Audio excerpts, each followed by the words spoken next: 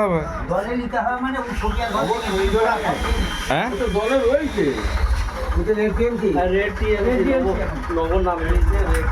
Red DMK মানে ভিতরটা লাল উপরটা সবুজ মানে তরমুজ ভাই তবুও আমরা চোখের সামনে কিছু তরমুজকে দেখতে পাচ্ছি তো তো আমার মনে হয় দেখো এখনকার দিনে যাদেরকে আমরা তরমুজ বলে ঘৃণা করছি বা রেড ডিএমসি বলে খেস্তা করছি, অ্যাকচুয়ালি আমাদের সমাজ ব্যবস্থাটা যদি সিপিএমের আমল থেকে এরকম হতো না তাহলে লড়াই দাঙ্গাটা হতো না। তখনও যদি কিছু এরকম তরমুজ থাকতো তাহলে লড়াই দাঙ্গাটা হতো না। তখন শুধু লাল তো লাল, পরবর্তী যেটা চেষ্টা করা হলো শুধু সবুজ তো সবুজ। দেখো একদলীয় শাসন ব্যবস্থা কোনো সমাজে কোনো কিছু ভালো করেনি, কি বুঝলে? শুভ লক্ষণ লয়। সে এনি হাউ চাইবে যে আমি টিকে থাকবো, এনি হাউ চাইবে যে আমি এখানে ভোটে জিতে থাকবো, আমি এখানে কর্তৃত্ব করব, আমি দাদাগিরি করব।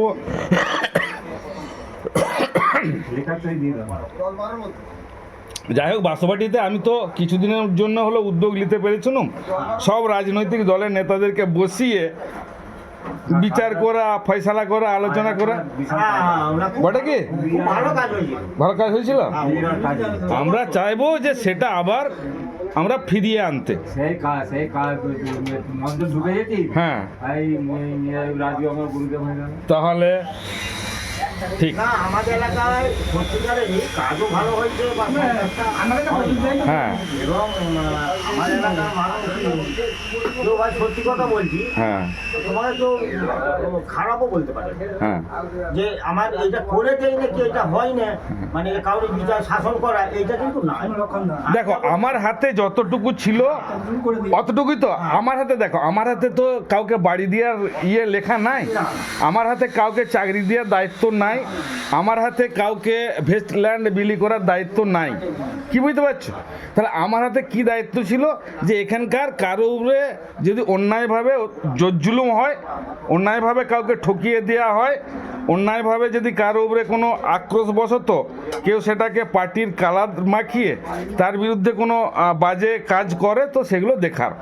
সেগুলো আমি যতদিন দায়িত্বে ছিলাম ততদিন দেখেছি, আমার কাছকে পৌঁছেছে। অথচ আমি তাকে এই সিপিএম তুই চলে যা, এই বিজেপি তুই চলে যা, এটা করেছে কি?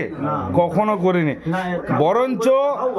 বরঞ্চ যারা বিরোধী পার্টির লোকজন ছিল তাদেরকে আমি স্পেশাল গুরুত্ব দিয়েছি যে দেখো তোমরা যা যন্ত্রণা দিয়েছো আমরা সেই যন্ত্রণাটা দিতে দেবো নি, কি নাহলে তুমি বলো না ইয়ে তো বাপন তো রাখু সরকারের ছেলে, অনেক বড় সিপিএম নেতার ছেলে, তাকে তো আমরা পার্টিতে নিয়ে এলিনু।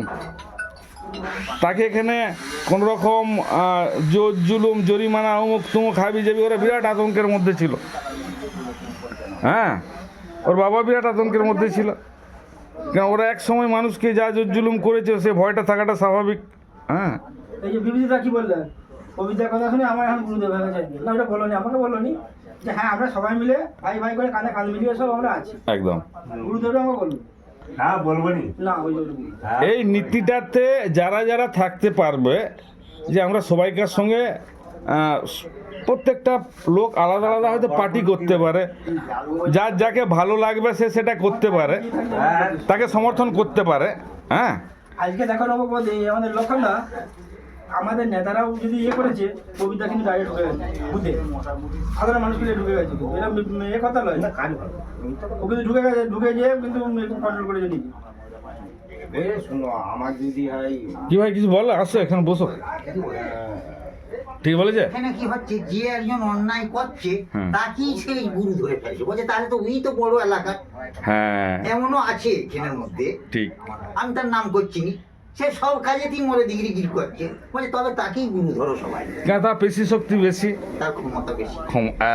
আমি সেটাই বলছি, কাজ ফলাচ্ছে। ঠিক, বলছে ও যখন কাজটা ফলিয়ে দিচ্ছে সে চোখে দেখতে পাচ্ছে সে অন্যায় করেই যাচ্ছে, বলছে না তাকেই গুরু ধরো সবাই। হ্যাঁ, তো আমরা দেখো আমরা এরকম সমাজ তো চাইনি, এরকম সমাজে ভালো। হ্যাঁ, হ্যাঁ, তাহলে না খুব লয়, ও সত্যি কথাটা সামনে বলতে পারে, অনেকে বলতে পারেনি। হ্যাঁ, হ্যাঁ। ওর মনের কথাটাও বলতে পারছে, অনেকে বলতে পারেনি। হ্যাঁ, সে সব মানুষ হয়তো চেপে বলতে রাখাটা তো পারে। খারাপ, ও মনে কথাটা বলছে ভালো। তবে তাহলে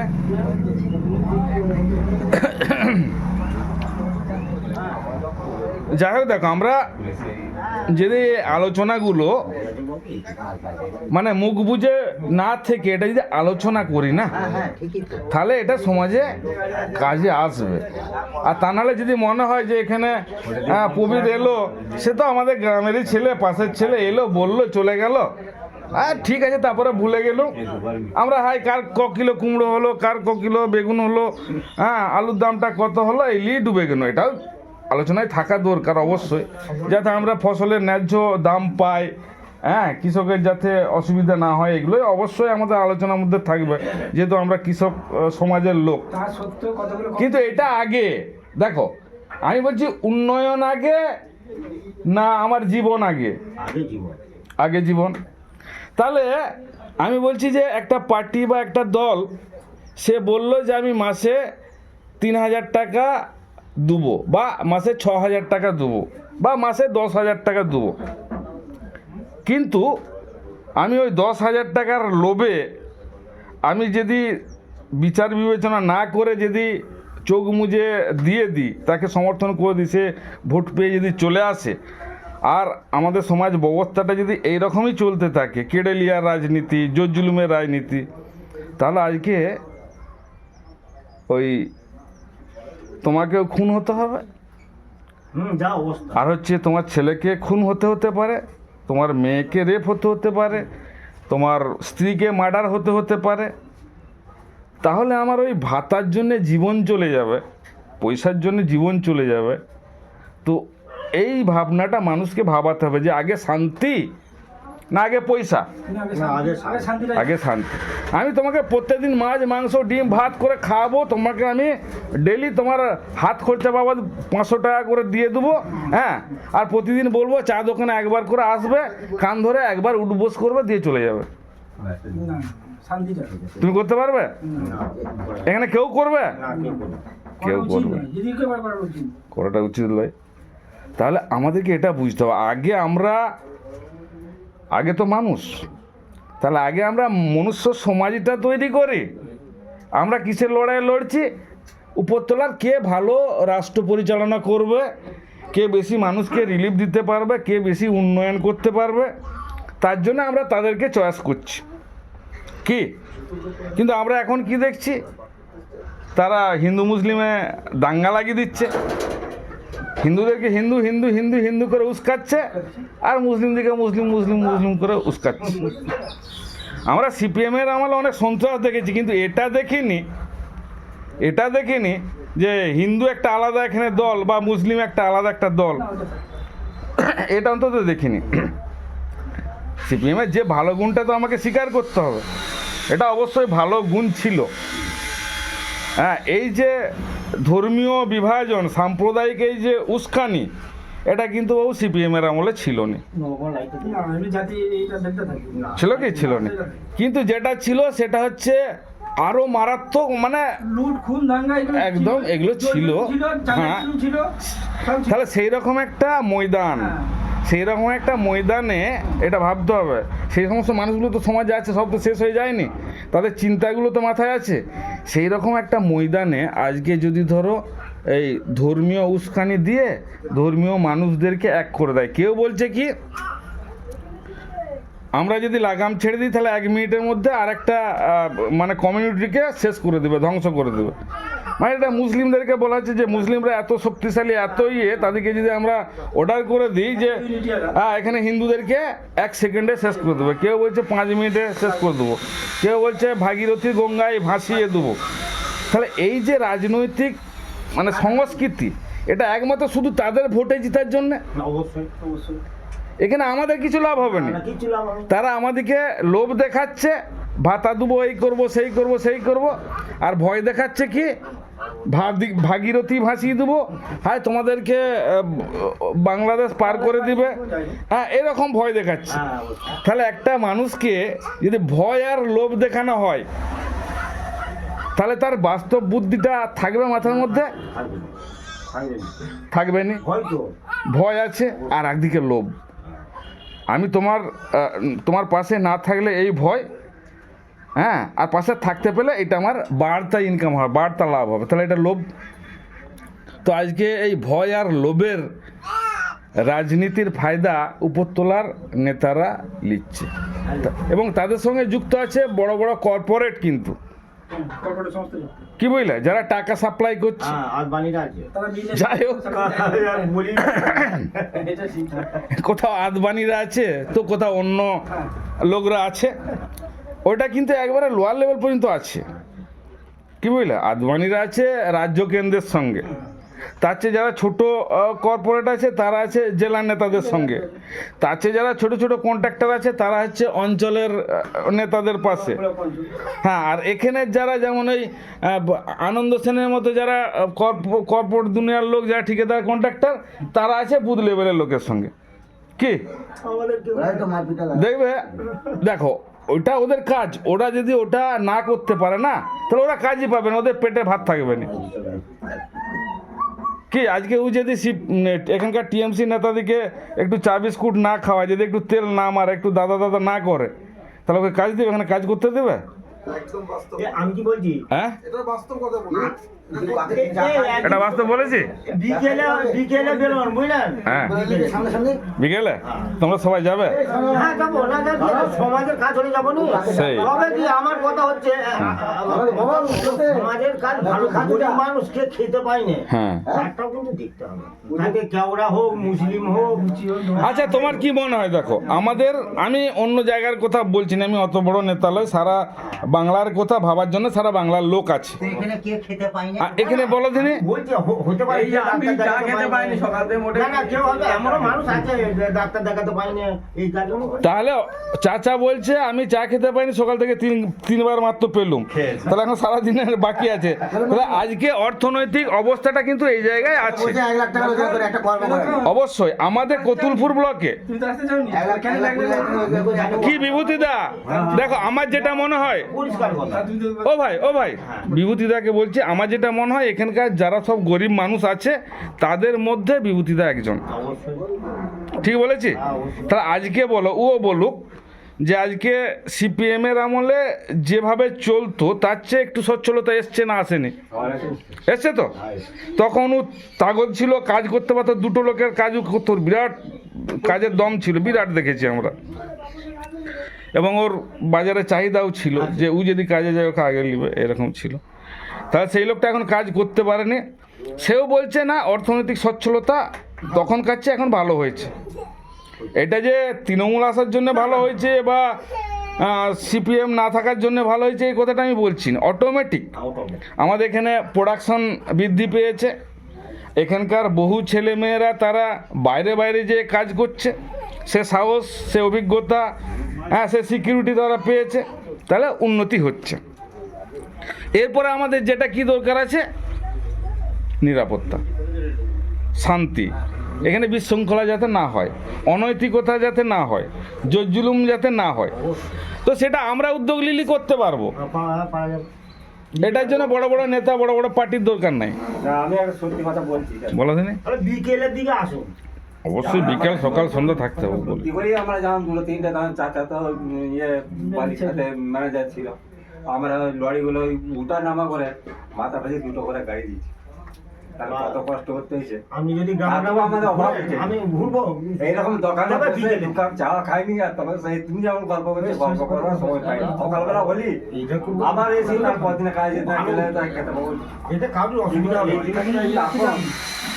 এ রাজু ভাই দাঁড়ো না, একজন বলছে, একজন করে বলো। যেটা হচ্ছে এখন ডাক্তার দেখাতে গেলে কোনো সরকার থেকে আমরা একটা ভাতা পাই, 1000 টাকা দেয়, সেটার থেকেও আমি ডাক্তার দেখাতে পাই, দুটো খেতে পাই।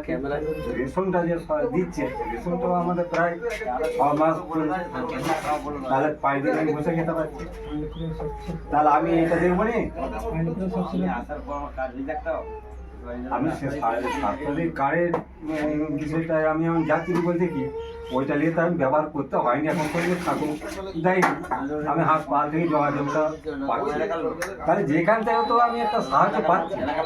না এখন তো তুমি যেহেতু এটাই বললে যে আমি এই সহযোগিতাগুলো যেহেতু পাচ্ছি তাহলে এটা দেখবে নি। আমি বলছি বিজেপি এলো এসে তারা তো বলছে যে আমরা 3,000 টাকা করে দেবো, তারা 3,000 টাকা করে দিল, তখন তুমি কি বলবে? তারা এই যে রাস্তাগুলো আছে আরও তারা কংক্রিট করে দিল, যে ঘরের টাকাটা আছে এখন কত আছে 1,20,000, তারা বললো যে আমরা 2.5 লাখ করে দেবো। সত্যিকারে কি 1,20,000 টাকা এখন একটা ঘর হবে কি জিতেন দা? না হবে 1,20,000 টাকায় কীরকম ঘর হবে দাদা? হ্যাঁ একটা ছোট চালা হবে। তাহলে একটা ছোট চালায় আমি বলছি বিরাট বড় পরিবার লয়, আমার একটা বুড়ো মা আছে, আমরা স্বামী স্ত্রী আছি আর 2টো ছেলে আছে, কি করে থাকবো? থাকার কষ্ট তো সেখানেই, কিন্তু তার মধ্যেও মানুষের কিছু জমি একটু বড় করছে করে আমি বলছি সেটা ঠিক, অবশ্যই তো সুরাহা হচ্ছে, কিন্তু অ্যাকচুয়ালি দেখো কিছু কিছু মানুষ আছে না এই ঘরটা পেয়ে যেমন উপকৃত হচ্ছে তেমনি তারা ঋণের দায়ে জড়িয়ে যাচ্ছে। কি ঠিক বললাম না ভুল বললাম? একটা ঘর করতে তার মিনিমাম এখন যে ঘরগুলো করছে কত টাকা খরচা? 7 লক্ষ টাকা খরচা। তাহলে আমি 1,20,000 টাকা দিয়ে একজনকে নামিয়ে দিলুম, 7 লাখ টাকা অনেক দূর। আমি বলছি 7 লাখ টাকা দরকার নাই, 5 লাখ টাকার ঘর ধরছি, বটে তো? খুব মানে গরিবানা মতে। তাহলে আমি 5 লাখ টাকার একটা কাজ করতে তাকে নামিয়ে দিলুম কি দিয়ে? না 1,20,000 টাকা দিয়ে। আবার এমন তাগাদা যে ইমিডিয়েট শুরু করতে হবে, নাহলে দ্বিতীয় ফেজের টাকা হবে নুমুক তুমুক করে। তাহলে এটা কত একটা সরকারের অবাস্তব পরিকল্পনা। আমি বলছি যদি সরকাররা অবাস্তব পরিকল্পনা নেয় তাহলে সেই পরিকল্পনাগুলো ফেল হয়, বটে কি? তাহলে আমি তাকে কেন সেই ঋণের দিকে ঠেলে দেবো? কিন্তু বটে কিছু কিছু মানুষের এমন ঋণ হয়ে যাচ্ছে যে সে আর ঘাস খেতে পারবে, বটে কি? অবশ্যই একটা ঘর 4 বছর 5 বছর ধরে তৈরি করছে, বেশিরভাগ ঘরগুলো 4 বছর 5 বছর ধরে আছে তো করতে পারেনি। তাহলে প্রকৃত অর্থে আমি যদি বলি ভোটের জন্য নাম কামাবো, তাহলে একটা ঘর দিয়ে 1,20,000 টাকা দিয়ে নাম কামালাম, কেউ বলে যে আমি একটু বেশি দেবো, আমি 2 লাখ দেবো। হ্যাঁ তো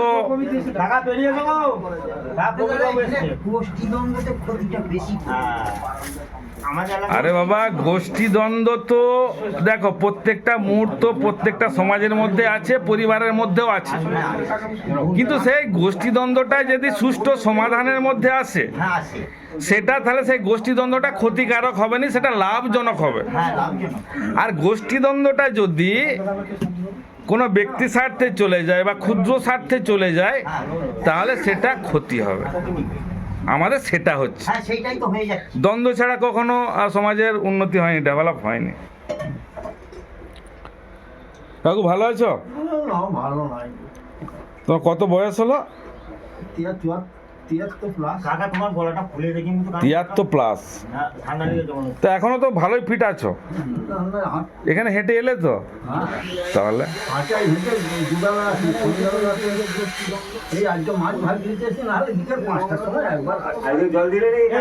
আমি আসছি, আমি আসুন সত্যি বেরোবো এই দুপুরে। আচ্ছা সত্যি কথা বলছেন, ঠিক। এরকম উদ্যোগ হলে আমি যদি গ্রামে গ্রামে যান সত্যি আমি বেরোবো। না যাবো গ্রামে যাবো, মানে এই উদ্যোগটা খুব ভালো।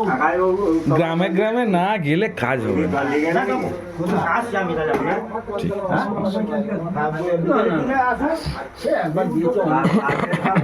সারাদিন জল দিয়ে আমি আজকে যাবো একবারে একবার দিয়েছি আর দিন পাচ্ছে না পালে নিয়ে যাবে না।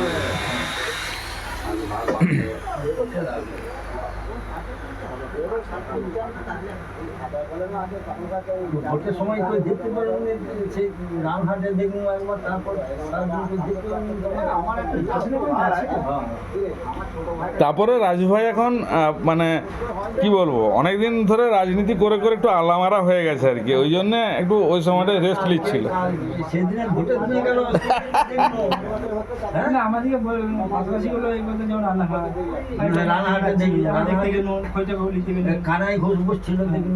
আসলে ওরা একটু আপার লেভেলের লিডার, ওদিকে অনেকগুলো বুথের দায়িত্ব দিচ্ছে, ঘুরে ঘুরে দেখছে কি আমাদেরকে বলে যে অঞ্চল সবাই বলেছে যে চলে আসো অঞ্চলকে এসে অঞ্চলে থাকবে বুঝে থাকা দরকার।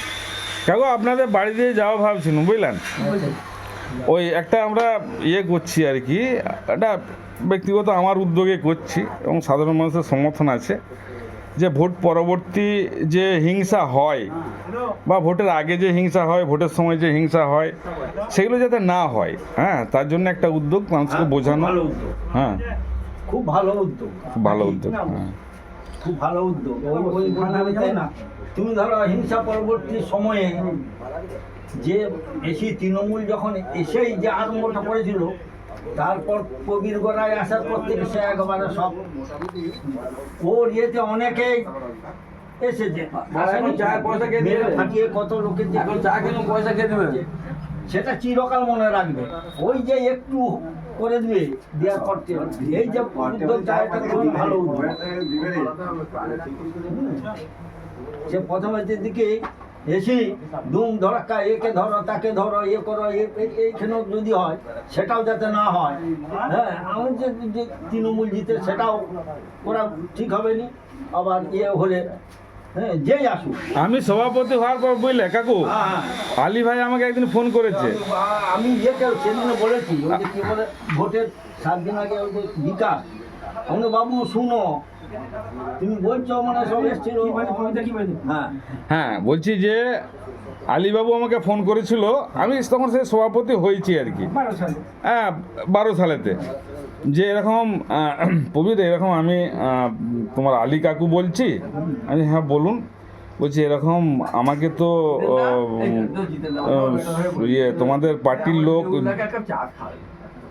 হ্যাঁ তোমাকে তো পার্টির লোক আমাকে তো জরিমানা করেছিল, তার হাফ পয়সা দিয়েছি, হাফ পয়সা এখনও দিইনি, তো ওটা কি আমাকে খুব তাগাদা করছে, ওটা কি দিয়ে দেবো না কি করা যাবে বলো দিনে? আমি বলুন কীরকম ব্যাপারটা, না আমাকে এরকম জরিমানা করেছিল, তার হাফ টাকা দিয়ে দিয়েছি, হাফ টাকা এখনও বাকি আছে আর কি, তো আমাকে খুব তাগাদা করছে। আমি বললাম না, আপনাকে টাকাটা দেওয়ার দরকার নাই, হ্যাঁ, আর যদি দিতে হয় আমাকে জিজ্ঞেস করবেন, যদি দেওয়ার সিচুয়েশন হয় কেন দিতে হচ্ছে, কেন জরিমানা করেছে, আমি যেহেতু দায়িত্ব পেয়েছি আমি এটা অবশ্যই দেখব, এটা জানবো, যারা এটা জরিমানার টাকা ইয়ে করছে, আদায় করছে, তাদের কাছেও জানবো।